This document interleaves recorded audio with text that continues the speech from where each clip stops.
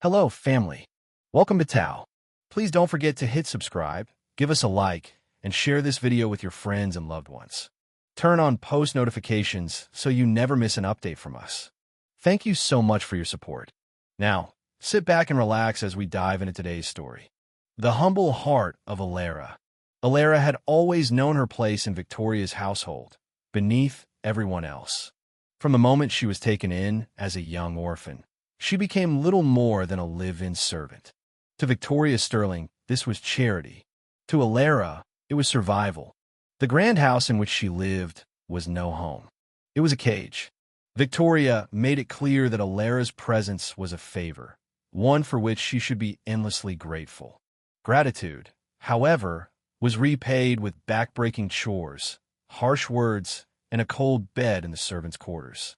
While Victoria's biological daughter, Clarice, lived a life of comfort and privilege, draped in silk gowns, eating the finest meals, and mingling with high society, Alara's world was one of silent endurance. She scrubbed floors until her hands were raw, washed dishes until they gleamed, and catered to Clarice's every whim, no matter how unreasonable. At mealtimes, Alara ate alone in the kitchen, her meager plate a stark contrast to the feast served in the grand dining room, where Victoria and Clarice laughed over plans for a bright, illustrious future. Alara was never permitted to dream of a future of her own. She existed to serve. One sunny afternoon, as Alara set the table for luncheon, she overheard an excited conversation between Victoria and Clarice. The topic was the talk of the entire town. Nathaniel Harrington, the reclusive yet wildly successful businessman whose fortune had made him one of the wealthiest men in the region. It was said that Nathaniel had recently returned from overseas, and rumors swirled that he was searching for a wife. Victoria, ever the opportunist, saw this as the perfect opportunity for Clarice to secure the match of a lifetime. "This is the moment we've been waiting for," Victoria declared, her sharp eyes gleaming with ambition. "Clarice, you're the most beautiful young woman in this entire town. There's no way Nathaniel will look at anyone else." Clarice, adjusting the delicate lace on her collar as she admired herself in a gilded mirror, smirked. "Obviously, mother. I was born for a life of wealth." Alara, who stood quietly nearby with a tray of crystal goblets, kept her eyes downcast. She had long learned not to speak unless spoken to. Still, something deep within her stirred as she listened to their schemes. Nathaniel Harrington's arrival was about to change everything, but not in the way Victoria and Clarice believed. The entire town buzzed with anticipation. Women of every age and background preened, hoping to catch Nathaniel's attention. Victoria spared no expense in preparing Clarice for the upcoming gala, determined to ensure her daughter would dazzle beyond compare. Dressmakers, jewelers, and stylists paraded in and out of the Sterling home, fussing over fabrics and accessories. Meanwhile, Alara worked tirelessly behind the scenes, ironing gowns, polishing shoes, and running endless errands to ensure Clarice's ensemble was flawless. "Stop dawdling, Alara," Victoria snapped one evening. "This is the most important night of Clarice's life. You should be grateful to even witness such an event." "Grateful?" Alara forced herself to nod and carried on.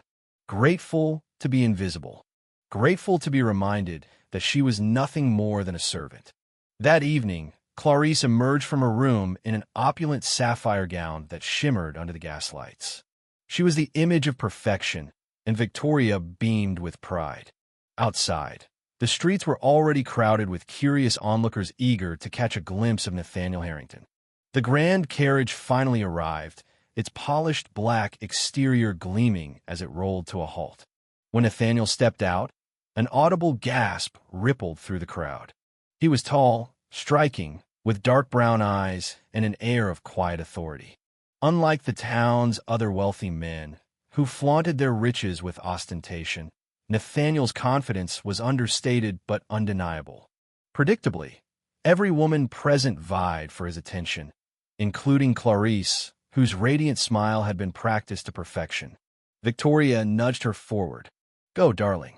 Make sure he remembers you." Clarice, brimming with self-assurance, approached Nathaniel. But fate, it seemed, had other plans. Nathaniel's gaze swept briefly over Clarice, his expression polite but disinterested. Then his eyes flickered, just for a moment, to someone else. Someone in the background. Elara. Unbeknownst to her, Nathaniel had already noticed Elara days before. It had happened at the market. While delivering packages for Victoria, Elara had seen a frail child sitting alone, his clothes ragged and his eyes hollow with hunger. Without hesitation, she had offered him the bread she had saved for her own supper.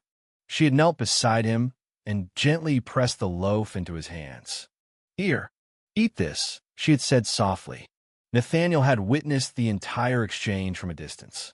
He had seen many women of high standing flaunting their charity for praise, but Elara had shown genuine compassion when she believed no one was watching.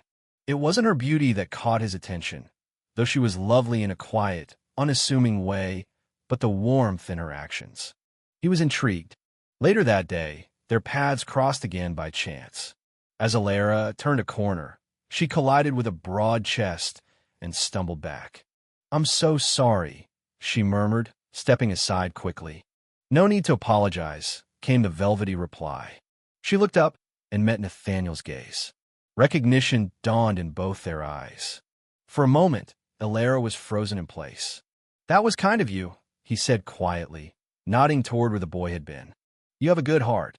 Embarrassed, Elara glanced away. "It was nothing," she whispered. Nathaniel studied her for a long moment before asking, "What's your name?" Elara hesitated. No one had ever asked her name with such genuine interest. "Elara," she finally said. "Elara," he repeated as though committing it to memory. "I hope we meet again." And then he walked away, leaving her bewildered and flustered. The night of the gala, Clarice made her entrance with all the grace of a queen. Draped in red silk, she swept through the ballroom, her chin high and her smile dazzling. But Nathaniel's attention was elsewhere. Despite Victoria's subtle prodding and Clarice's flirtatious glances, Nathaniel remained distant. His mind kept returning to Elara, the girl with soft eyes and a quiet dignity. When Nathaniel finally stepped forward to address the room, the guests hushed expectantly. "I have an announcement," he began. His deep voice carried across the marble hall. Victoria gripped Clarice's hand, anticipation coursing through her veins. Surely this was the moment. "I came tonight in search of a woman," Nathaniel continued. "One who embodies not only beauty, but also kindness and humility." The crowd murmured in agreement, their gazes shifting toward Clarice. But then Nathaniel's eyes settled on Elara, who stood near the entrance holding a tray. "And that woman is Elara." Gasps echoed throughout the ballroom. Victoria's face turned a ghastly shade of white, while Clarice stared at him as though struck. Elara froze, her breath catching. Surely he didn't mean her? Nathaniel took a step toward her. "Elara," he said gently, "I am asking for your hand in marriage." Chaos erupted. Victoria's shrill voice cut through the astonished murmurs. "This is absurd. She's a maid. My daughter Clarice is the one you should marry." Clarice's humiliation boiled over. "You can't be serious," she spat. Nathaniel, calm and resolute, met Victoria's glare. "I choose character over vanity," he replied. "And Elara has shown more of it than anyone else in this room." Elara trembled as Nathaniel extended his hand to her. For the first time in her life, someone was seeing her, truly seeing her. Victoria lunged forward, her face contorted with rage. "You planned this, didn't you?" she accused. "You schemed to take everything that should have been Clarice's." "No," Elara whispered, shaking her head. "I never." "Enough," Nathaniel said, stepping protectively between them. "Elara is under my protection now." The ballroom quieted. Even Victoria sensed her power slipping away. "You'll regret this," Victoria sneered. "Mark my words." Nathaniel didn't waver. He led Elara from the room, his hand warm and reassuring. As the carriage pulled away from the Sterling estate, Elara allowed herself one last glance at the life she was leaving behind. Victoria and Clarice stood on the steps, their expressions a mixture of disbelief and fury. For the first time, Elara felt something she never thought possible. Hope.